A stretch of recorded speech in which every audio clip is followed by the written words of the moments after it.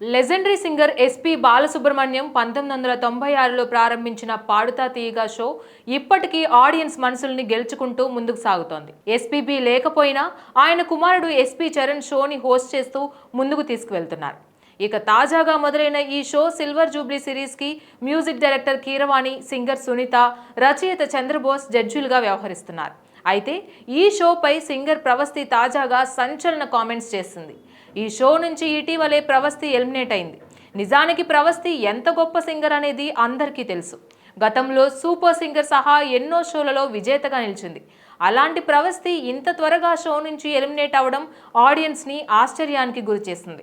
ఇక తన ఎలిమినేషన్ పై ప్రవస్తి రియాక్ట్ అవుతూ ఇన్స్టాగ్రామ్ స్టోరీలో వరుస పోస్టులు పెట్టడంతో పాటు తాజాగా ఓ వీడియో రిలీజ్ చేసింది.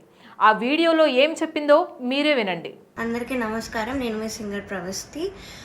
సో నేను ఇప్పుడు ఈ వీడియో చేయడానికి కారణం పాడుతా తీగ సిల్వర్ జూబ్లీ సిరీస్లో జరిగిన ఇంజస్టిస్ అంతా ఎక్స్పోజ్ చేద్దామని. మీ అందరికీ తెలుసు నేను దానిలో పార్టిసిపేట్ చేశానని.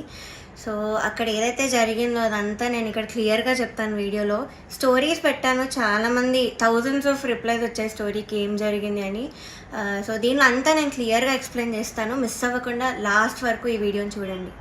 సో ఈ వీడియో చేద్దాం అనుకునే ముందు చాలామంది ఆపడానికి వచ్చారు నన్ను ఈ మ్యూజిక్ ఫీల్డ్ నుంచి. బికాజ్ నీ కెరియర్ ఎఫెక్ట్ అవుతుంది, నీకు మంచి ఫ్యూచర్ ఉంది, ఎందుకు పాడు చేసుకుంటున్నాను చాలామంది ఆపడానికి ట్రై చేశారు. కానీ నేను ఇంకా డిసైడ్ అయ్యాను నాకు మ్యూజిక్ ఫీల్డ్కి సంబంధం ఉండదు అని. బికాజ్ ఇంత ఇంజస్టిస్ జరిగేటప్పుడు నాకు ఉండాలని లేదు. పాడుతా తీగ రియాలిటీ షోస్ అనే కాదు, దాని బయట కూడా చాలా జరుగుతున్నాయి. I make a different video for that. కానీ ఈ వీడియో మాత్రం ఓన్లీ ఫర్ పాడుతా తీయగా. సో నేను డిసైడ్ అయింది అందుకే. చాలా ఇంజస్టిస్ జరుగుతుంది అండ్ ఎవరు కూడా nobody should suffer all that. అందుకే నేను ఈ వీడియో చేస్తున్నాను.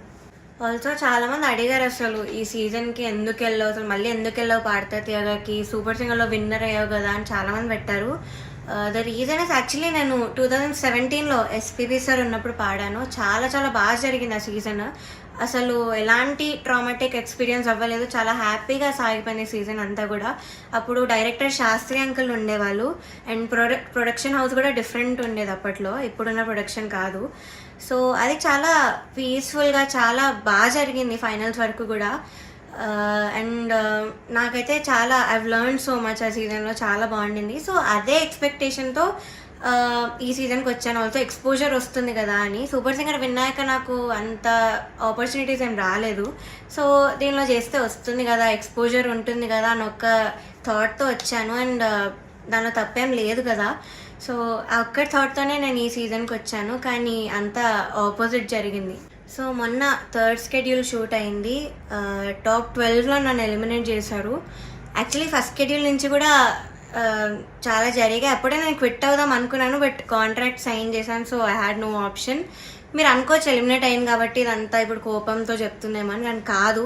ఉన్నప్పుడు నేను చెప్పలేను, కానీ ఎలిమినేట్ చేశాక నాకు ఆ ధైర్యం వచ్చింది అంతా చెప్పడానికి. సో జడ్జెస్ గురించి కానీ అక్కడ ఆ ప్రొడక్షన్ వాళ్ళు ఎలా ట్రీట్ చేశారని కానీ నేను అంతా దీనిలో బయట పెడతాను. సో నేను ఒక గుడ్ థింగ్తో స్టార్ట్ చేస్తాను. పాడుతా తీగలో ఒక good thing orchestra. Krishna uncle వాళ్ళు ఆ సీజన్లో ఎవరైతే ఉన్నారో వాళ్ళే ఈ సీజన్లో కూడా ఉన్నారు. వాళ్ళు మాత్రం చాలా సపోర్ట్ చేశారు, అందరితో ఒకేలా ఉంటారు. అండ్ మెంటర్ శ్రీనివాస్ సార్, ఆయన కూడా నన్ను ఎప్పుడు కూడా you are the most talented అని మొన్న కూడా నాతో వచ్చి చెప్పారు. సో వీళ్ళిద్దరికి మాత్రం I'm very very thankful. They are my favourite people. So this is the only good thing Paadutha Theeyaga ఈ సీజన్లో. సో ఫస్ట్ నేను జడ్జెస్ దగ్గర నుంచి స్టార్ట్ చేస్తాను. ఫస్ట్ సునీత గారు. Of course she is very beautiful. మీరు అంతే కైండ్ అని కూడా అనుకుంటారు, బట్ బ్యూటీకి కైండ్నెస్కి ఎప్పుడు కూడా లింక్ ఉండదు. సో ఓకే, మీరు అబ్జర్వ్ చేయండి ఫస్ట్ ఎపిసోడ్ నుంచి కూడా ప్రతిసారి నేను స్టేజ్ మీదకి వచ్చిన ప్రతిసారి వాడు ఒక ఫేస్ ఇస్తారు. అది ఎవ్వరికి పెట్టరు ఆ ఫేస్, బట్ ఓన్లీ నాకు ఆ డిస్గస్టెడ్ లుక్ పెడతారు ఫేస్ మీద. ఇది యాక్చువల్లీ చాలామంది వెల్ విషర్స్, నా ఫ్యాన్ పేజెస్ అందరూ కూడా నన్ను అడిగారు. కాబట్టి నేను స్క్రీన్ షాట్స్ పెడతాను. ఇది ఎందుకు ఇలా did something happen behind the screen, ఏమైనా అయ్యిందా మీ ఇద్దరికి, లేకపోతే ఏమైనా గొడవ అయిందా అని ఇలా చాలామంది అడిగారు. ఎందుకు ఆవిడ అలా ఫేస్ పెడుతున్నారు మీరు రాగానే అని. సో కానీ నేను చాలా డిఫెండ్ చేయడానికి ట్రై చేశాను. బికాజ్ నాకు అప్పుడు తెలీదు, నేను ఏదో అలా ఆలోచిస్తున్నాను, వీళ్ళందరూ అలా ఆలోచిస్తున్నారేమో అనుకున్నాను. నాకు తెలియదు అప్పట్లో, ఐ డెంట్ రియలైజ్. సో నేను డిఫెండ్ చేశాను కూడా. సో నాకు ఎప్పుడు క్లారిటీ వచ్చిందంటే అంతరామమయం పాడే ముందు సౌండ్ చెక్ అయ్యేటప్పుడు ఇన్ ఇయర్స్ పెట్టుకున్నాను అండ్ ఆవిడ దగ్గర ఒక మైక్ ఉంది, అది ఆన్ ఉంది, అది పాపం వాడికి తెలీదు, మైక్ ఆన్ ఉంది, నేను ఇన్ ఇయర్స్ పెట్టుకున్నాను. సో కీరవాణి గారితో ఇలా చెప్తున్నారు అనమాట, ఈ అమ్మాయికి అసలు హై రేంజ్ వాయిసే కాదు, హై పిచ్ రాదు, కానీ మేనేజ్ చేసేస్తాను మీరు చూడండి, ఈ సాంగ్లో తెలుస్తుంది చూడండి మీకు, అది ఇది అని చాలా ఎక్కిస్తున్నారు సార్కి. And it hurt me so bad stage మీద నించున్నప్పుడు. అప్పటికి నా సెల్ఫ్ ఎస్టీమ్ ఇలా ఆల్మోస్ట్ కిందకి దిగిపోయింది. చాలా ఏడుపు వచ్చేసింది ఆ టైంకి. కంట్రోల్ చేసుకొని లేదు I have to do this అని నేను అంతరామమయం పాడాను. అండ్ ఆ పాటకు వచ్చిన అప్రిసియేషన్ నాకు ఇంకే పాటకు రాలేదు అప్పటి వరకు. సో అంతరామమయంకి బయట ఎవరు కలిసినా కూడా అందరు చెప్పారు నాకు వాయిస్ చాలా బాగా వచ్చింది ఆ పాటలో అని, కానీ చాలా బాగుంది ఆ పాట అని. అది యాక్చువల్లీ చాలా సాంగ్స్ ఇచ్చాం, రాముడు రావునికి చాలా ఇచ్చాము, నేను ఏది ఇచ్చినా వద్దు వద్దు వద్దు అంటే ఇంకా లాస్ట్ ఆప్షన్గా మేల్ సాంగ్ ఇచ్చాను అంతరామమయం. సో అదే సెలెక్ట్ చేశారు and I tried my best. Male song అయినా కూడా I gave my best. And of course నాకు ప్రతి సాంగ్కి ఆవిడ దగ్గర నుంచి నెగిటివ్ కామెంట్స్ వచ్చాయి. అది మీరు నమ్ముతారు, జడ్జెస్ ఏదంటే అదే నిజం అనుకొని మీరు అఫ్ కోర్స్ నమ్ముతారు, ఓకే. బట్ అదర్ కంటెస్టెంట్స్ పాడేటప్పుడు I even give their names. ఇద్దరు, శ్రీధృతి అండ్ గాయత్రి అక్క, వీళ్ళిద్దరు పాడేటప్పుడు పిచ్చింగ్, ఎస్పెషలీ ధృతికి చాలా పిచ్చింగ్ ఇష్యూస్ వచ్చేటప్పుడు అయితే ఆవిడ ఇలా సైగలు చేసేవాళ్ళు, షార్ప్ అయితే ఇలా చెప్పేవాళ్ళు, అది మేము అందరం చూసాము. గాయత్రి అక్క కూడా షార్ప్ అయితే ఇలా కింద ఫ్లాట్ బాడ్ అని చెప్పేవాళ్ళు, మొన్న కూడా అయింది అది. సో అంటే నాకు తప్పు లేకపోయినా మీరు అక్కడ కామెంట్స్లో చెప్తున్నారు, వీళ్ళు చేశాక కూడా మీరు అక్కడ చెప్పకుండా సైగలు చేస్తున్నారు. సో అక్కడ నాకు నా మీద ఎందుకో గ్రడ్జ్ పెట్టుకున్నారని కూడా అర్థమైంది. Chandrabose garu, we all know he's a lyricist. So ఆయన రెస్పాన్సిబిలిటీ, లిరిక్స్ తప్పులుంటే ఆయన చెప్పాలి. సో నన్ను ఫస్ట్ 2 ఎపిసోడ్స్ బాగా మెచ్చుకున్నారు, ఇలాగ ప్రతి నోట్ కానీ భావం కానీ అసలు వదలకుండా పాడుతామని కూడా చెప్పారు నాకు. అయితే రాముడు రౌండ్లో వీళ్ళందరు ట్రూ కలర్స్ అన్నీ బయటపడ్డాయి. ఫస్ట్ సునీత గారిది నేను చెప్పినట్టు మైక్లో మాట్లాడేశారు, ఇండియర్స్ ఉన్నాయని నాకు తెలియక. అండ్ చంద్రబోస్ గారు పాపం లిరిక్స్లో నాకు ఒక్క మిస్టేక్ కూడా నేను ఛాన్స్ ఇవ్వలేదు ఆయనకు చెప్పడానికి. సో దానిలో చెప్పలేక ఆదృత లేదు అని ఒక కామెంట్ ఇచ్చారు.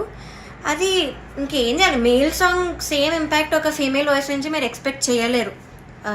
So Antharamamayam is a male song. So ఇంకా లిరిక్స్లో చెప్పలేక ఎందుకు ఇంకా క్రియేట్ చేసుకొని చెప్పడం నాకు అర్థం కాలేదు.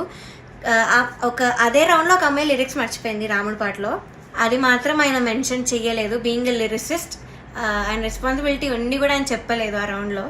లిరిక్స్ మర్చిపోయింది, చెప్పలేదు. ఇంకా మమ్మల్ని ఏడ్పించేసావు అది ఇది అని చెప్పింది. చాలామంది చేతిలో రాసుకొని వచ్చారు, అది కూడా ఆయన చెప్పలేదు, అది కూడా కౌంట్ చేయలేదు. కానీ నాకు మాత్రం లేని నెగిటివ్ పాయింట్స్ అన్నీ, ఆయనకు అవసరం లేని నెగిటివ్ పాయింట్స్ అన్నీ కూడా చెప్పారు. లిరిక్స్లో మాత్రం నేను ఇప్పటివరకు ఆయనకు ఒక్క ఛాన్స్ కూడా ఇవ్వలేదు సాంగ్స్లో. I never made a mistake lyrics point of వ్యూలో అయితే అస్సలు చేయలేదు. మీరే చూడండి, మీకే అర్థమవుతుంది. సో ఇది కూడా మీకు న్యాయం అనిపిస్తుందా? కీరవాణి సార్ గురించి మాట్లాడదాం. అఫ్ కోర్స్ నాకు చాలా హేట్ వస్తుంది దీనికి మాత్రం, and I'm ready for it because I don't care. Personally నాకైతే నెగిటివ్ కామెంట్స్ రాలేదు ఆయన దగ్గర నుంచి. బట్ సెట్లో ఎలా మాట్లాడతారు, అసలు ఏం చెప్తారు అనేది నేను ఇక్కడ చెప్తాను. పాయింట్ నెంబర్ 1, మెలడీస్ పాడిన వాళ్ళకి మాత్రం వాళ్ళు ఎలా పాడినా కూడా నేను ఆటోమేటిక్గా మంచి స్కోర్ తీస్తాను అని ఆయన నోట్తో ఆయనే చెప్పారు. So he's very bias towards melody songs and his compositions. ఎలా పాడినా కూడా మార్క్స్ వేసేస్తారు. ఆయనే కాదు, అక్కడ ఉన్న సునీత గారు, చంద్రబోస్ సార్ కూడా, వీళ్ళందరూ కూడా అంతే. వాళ్ళ సాంగ్స్ పాడితే మాత్రం స్కోర్స్ ఆటోమేటిక్గా మంచిగా వచ్చేసాయి. సో ఇది point number 1. Point number 2 is very very hurtful to me personally because నేను ఎలిమినేట్ అయ్యే ఎపిసోడ్లోనే ఏదో విషయంలో నన్ను చూస్తూ చెప్పారు ఇది కూడా. సో ద థింగ్ ఇస్, నేను మీ అందరికీ తెలుసు సూపర్ సింగర్లో నా ఫైనాన్షియల్ సిచ్యువేషన్ గురించి కానీ అంతా బయట పెట్టాను. సో దానివల్ల నేను కొన్ని వెడ్డింగ్ షోస్ అలాంటివి చేయాల్సి వచ్చింది. సో ఈ పాయింట్ మీద సార్ మాట్లాడారు. ఏమన్నారంటే అసలు వెడ్డింగ్ షోస్ చేసేవాళ్ళు నా దృష్టిలో సింగర్సే కాదు, నాకు చాలా అసహ్యం, it's like you're disrespecting music అని ఈ మాట అన్నారు. చాలా చాలా బాధ అనిపించింది, అదేంటి అంత స్టేజ్లో ఉన్నాయని ఇలా మాట్లాడారేంటి అని.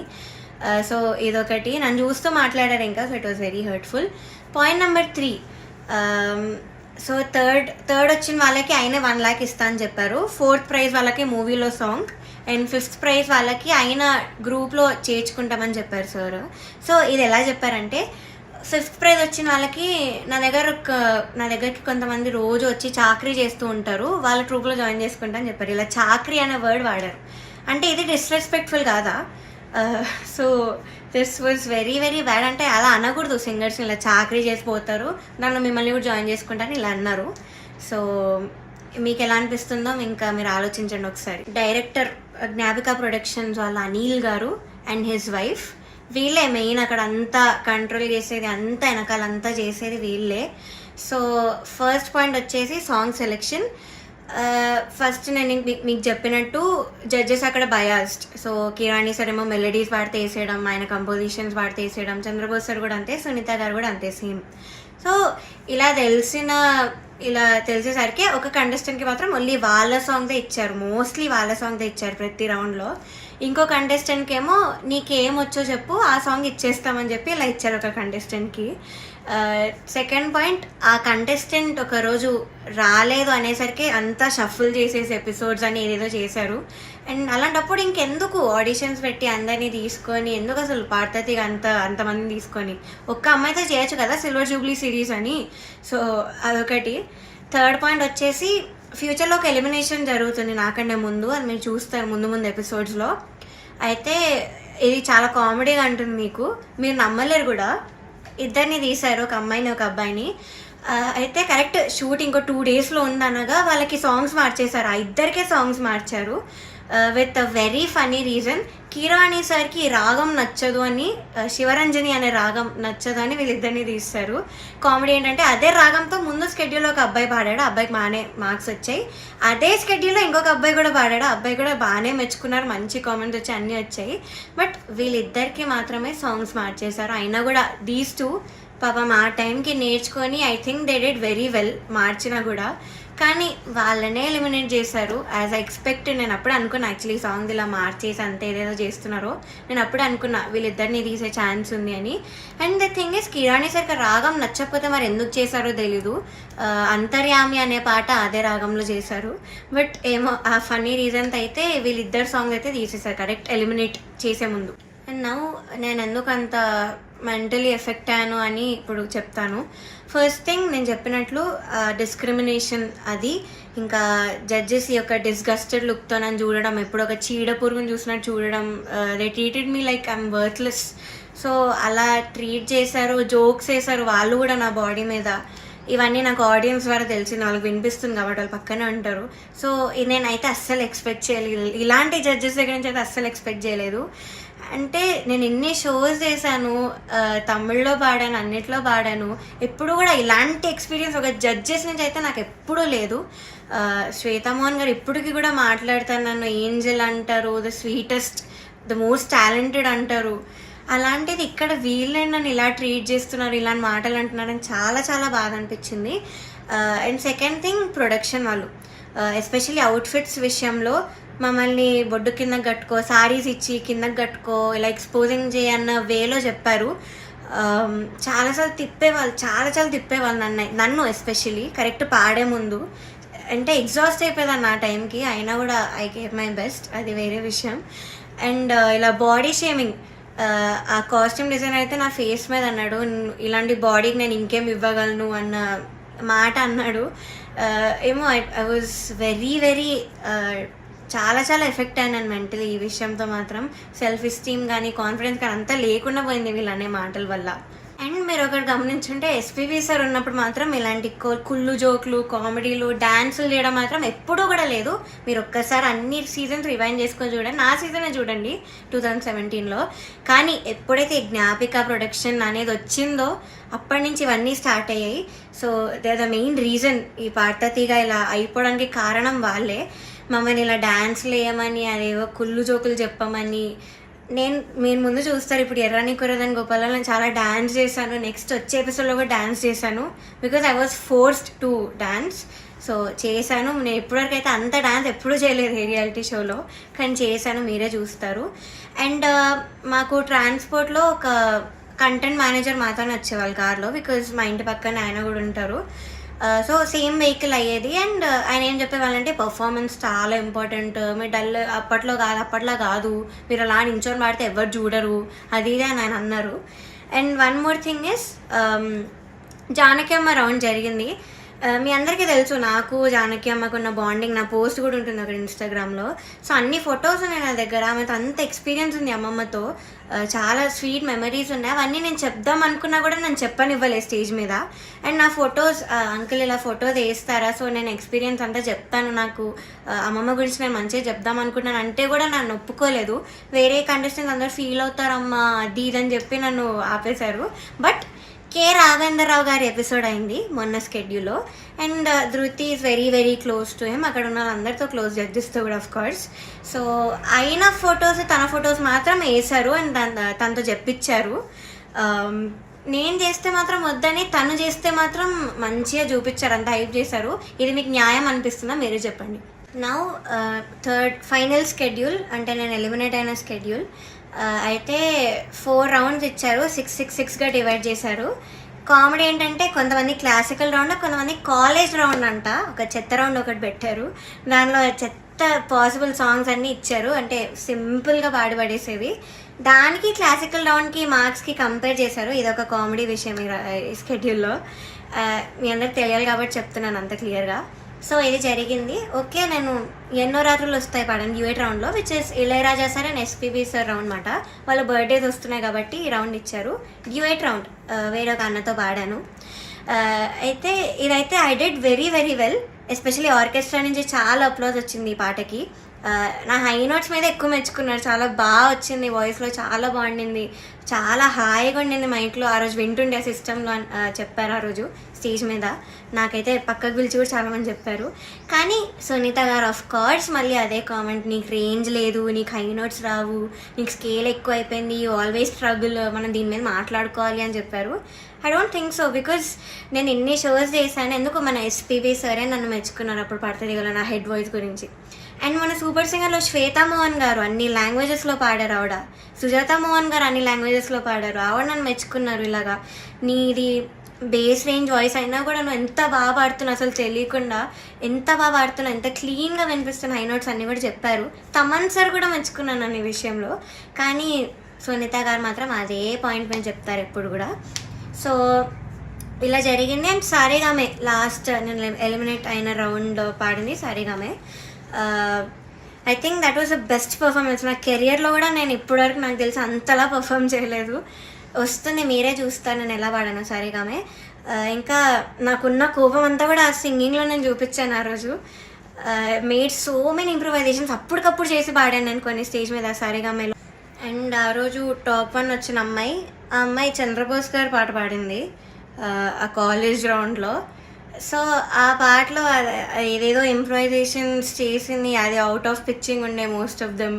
అది లాస్ట్లో లిరిక్స్ మర్చిపోయి నానా అని పాడింది. అది ఆయన కామెంట్స్లో చెప్పకుండా అదంతా అయిపోయాక అందరు క్లాప్స్ కొడుతుంటే పక్కన అనిల్ సార్తో లిరిక్స్ మర్చిపోయింది అని అన్నాడు. నేను విన్నాను, నేను అక్కడ ఉన్నా. అంటే బయటకు చెప్తున్నారు కాబట్టి, కానీ కామెంట్స్లో చెప్పట్లేదు, ఆ మార్క్స్లో కూడా ఆయన చూపించట్లేదు. How great is that. ఇంకొక అబ్బాయి అయితే లిరిక్స్ మార్చేసి ఏదేదో పాడాడు, కామెడీ పాట చేస్తారు, అది కిరాణి సార్ పాటే, అది కూడా అది లిరిక్స్ మార్చేసి ఏదో కామెడీ లిరిక్స్ యాడ్ చేసి పాడేశాడు ఎమోషనల్ సాంగ్. అయినా ఆయన స్టేజ్ మీదకి వచ్చేసి ఆ పాట కోరస్ పాడేసి, ఆయన పాట అంటే అంత ఎక్సైట్మెంట్ వచ్చేస్తుంది ఆయనకి. సో ఆటోమేటిక్గా స్కోర్స్ కూడా అలానే పడిపోతాయి సేమ్ ఎక్సైట్మెంట్తో. సో ఇది జరిగింది కరెక్ట్ ఎలిమినేషన్ ముందు అదే రౌండ్లో. ఇంకా ఎలిమినేషన్ రౌండ్ వచ్చేసరికి ఫస్ట్ చంద్రబోస్ గారు లేచి వెళ్ళిపోయారు. నాకు పని ఉంది, హ్యావ్ టు గో, అది నిజమో కాదో ఎవరు తెలీదు, బట్ హీ లెఫ్ట్. మంచిగా హ్యాపీగా వెళ్ళిపోయారు ఆయన. కరెక్ట్ 5-6 ఉన్నప్పుడు కిరాణి సార్ ఈయన కూడా లేచి వెళ్ళిపోయారు. హీ వాజ్ లైక్ నాకు ఈ టెన్షన్ నా వల్ల కాదు, నాకు ఇంకేం సంబంధం లేదని లేచి వెళ్ళిపోయారు. బికాజ్ ఆయన మనస్సాక్షికి తెలుసు అక్కడ. సో లేచి వెళ్ళిపోయారు. కానీ సునీత గారు మాత్రం అఫ్ కోర్స్ నా మీద అంత గ్రడ్జ్ ఉన్నప్పుడు నేను ఎలిమినేట్ అవ్వడం చూడాలి కదా. సో ఆవిడ మాత్రం అలానే కూర్చున్నారు, ఎంత ఒక ఈవిల్ స్మైల్తో ఫేస్ మీద. I still remember that face, నా మైండ్లో తిరుగుతుంది అది. నేను మాత్రం ఏడుపు కంట్రోల్ చేసుకుంటున్నాను. కంట్రోలింగ్ లేదు, ఐ షుడెంట్ క్రై. నన్ను ఇంత టార్చర్ పెట్టారు, నేను ధైర్యంగా బయట పెట్టాలి, దానికి నేను ఏడవకూడదు, నేను మంచిగా ఎలిమినేట్ అవ్వాలి హ్యాపీగా అనుకున్నాను. సో నేను మాత్రం మంచి స్మైల్ పెట్టుకొని నించున్నా. అయితే లాస్ట్ ముగ్గురు ఉన్నాం లాస్ట్కి. ఒకరు సేవ్ అయ్యారు, నేను ఇంకా ఇంకొక అన్న ఎలిమినేట్ అయిపోయాము, ఇద్దరం ఎలిమినేట్ అయ్యాము. అయ్యాక నాకు కొంచెం ఐ గోట్ ఎమోషనల్గా అయినా కంట్రోల్ చేసుకొని వెంటనే ఐ గేవ్ అ స్మైల్. అయితే my mother she saw all of these కదా, సో ముందు నుంచి తట్టుకుంటూ వస్తున్నాం, ఇంకా తన వల్ల కాలేదు. సో మా మదర్ స్టేజ్ మీదకి వచ్చి నన్ను తీసుకెళ్ళిపోవడానికి ట్రై చేశారు అక్కడి నుంచి, ఆ ట్రాఫీ ఇవేం తీసుకోకు, వద్దు వెళ్ళిపోదామని.